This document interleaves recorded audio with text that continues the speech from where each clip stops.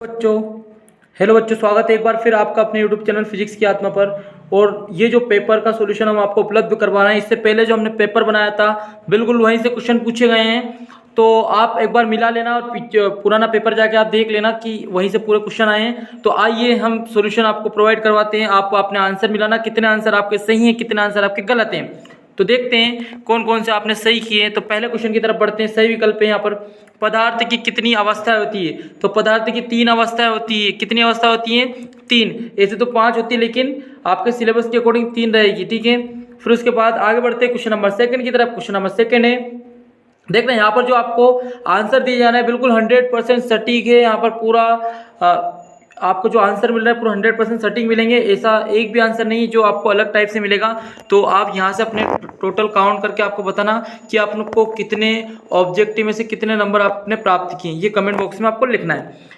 न्यूनतम विसरण का गुण पाया जाता है। तो न्यूनतम विसरण का गुण किस में पाया जाता है? ठोस में पाया जाता है।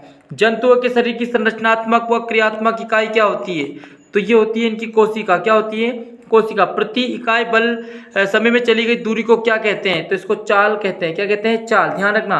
इसके बाद कार्डियोक पेशी पाई जाती है। तो कार्डियोक पेशी कहाँ पाई जाती है? हृदय में पाई जाती है। ओके, इसके बाद करते हैं बात क्वेश्चन नंबर 6 की। एम द्रव्यमान की वस्तु जिसका वेग v है, इसका द्रव्यमान होगा। तो इसका द्रव्यमान क्या होगा? 1/, इसका द्रव्यमान, सॉरी यहाँ पर इसमें ये वाला क्वेश्चन जो है ये क्वेश्चन गलत छपा हुआ है। इसका आंसर जो था mv था, जो कि इसमें नहीं दिया हुआ है। तो ये आंसर आपका गलत है, मतलब ये क्वेश्चन ही गलत है। तो इसके आपको नंबर अलग से मिल जाएंगे। इसके बाद रिक्त स्थान की पूर्ति करना है। कोलाइडी विलयन द्वारा प्रकाश की किरणों का फैलना क्या कहलाता है? तो ये टिंडल प्रभाव है। क्या है? टिंडल प्रभाव है।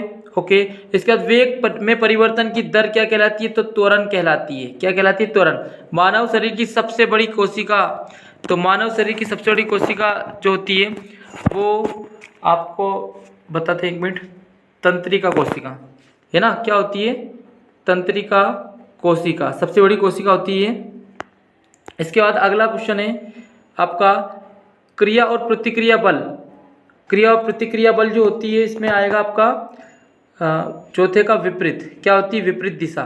ठीक है, विपरीत दिशा में कार्य करते हैं। क्रिया और प्रतिक्रिया बल जो होते हैं विपरीत दिशा में कार्य करते हैं। दूध एक कैसा है? तो कोलाइडी विलयन है। कैसा विलयन है? कोलाइडी विलयन है, ध्यान रखना। फिर है यहाँ पर ठोस कार्बन डाइऑक्साइड, इसको कहा जाता है शुष्क बर्फ। किसके नाम से जानी जाती है? शुष्क बर्फ के नाम से ये जानी जाती है। ओके, फिर आगे बढ़ते हैं।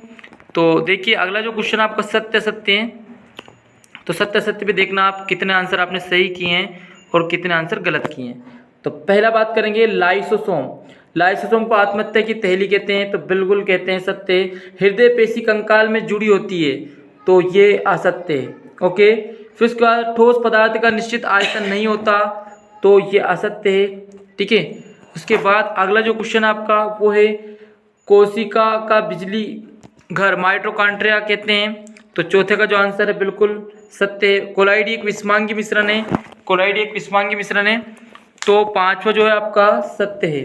फिर 6वां देखते हैं, ठोस से सीधे गैस में बदलना वाष्पीकरण कहलाता है। तो गलत है, क्योंकि ऊर्ध्वपातन कहलाता है ना। तो आपने आपके सत्य सत्य मिला लिए होंगे। अब बात करेंगे हम सही जोड़ी की। तो सही जोड़ी देखना, पहला आपका ड्राई आइस। तो ड्राई आइस क्या होता है? तो देखना इसका होता है CO2। क्या होगा? CO2 जल का क्वथनांक। तो जल का क्वथनांक कितना होता है? 273। कितना होता है? 273।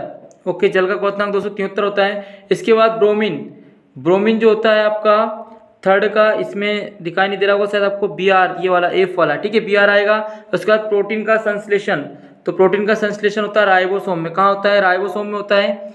ठीक है, उसके बाद यदि हम बात करें, इसके बाद बात करते हैं बल का एसआई मात्रक। तो बल का एसआई मात्रक क्या होता है? न्यूटन होता है। क्या होता है? न्यूटन होता है। और फिर है चिकनी जीव द्रव्य का है ना, जीव द्रव्य का जाली का। इसका जो आंसर रहेगा आपका SER। ठीक है, मैंने सारे आपको आंसर बता दिए हैं जोड़ी के, तो आप मिला लेना आपके हिसाब से। इसके बाद मैं बात करूंगा एक शब्द में उत्तर की।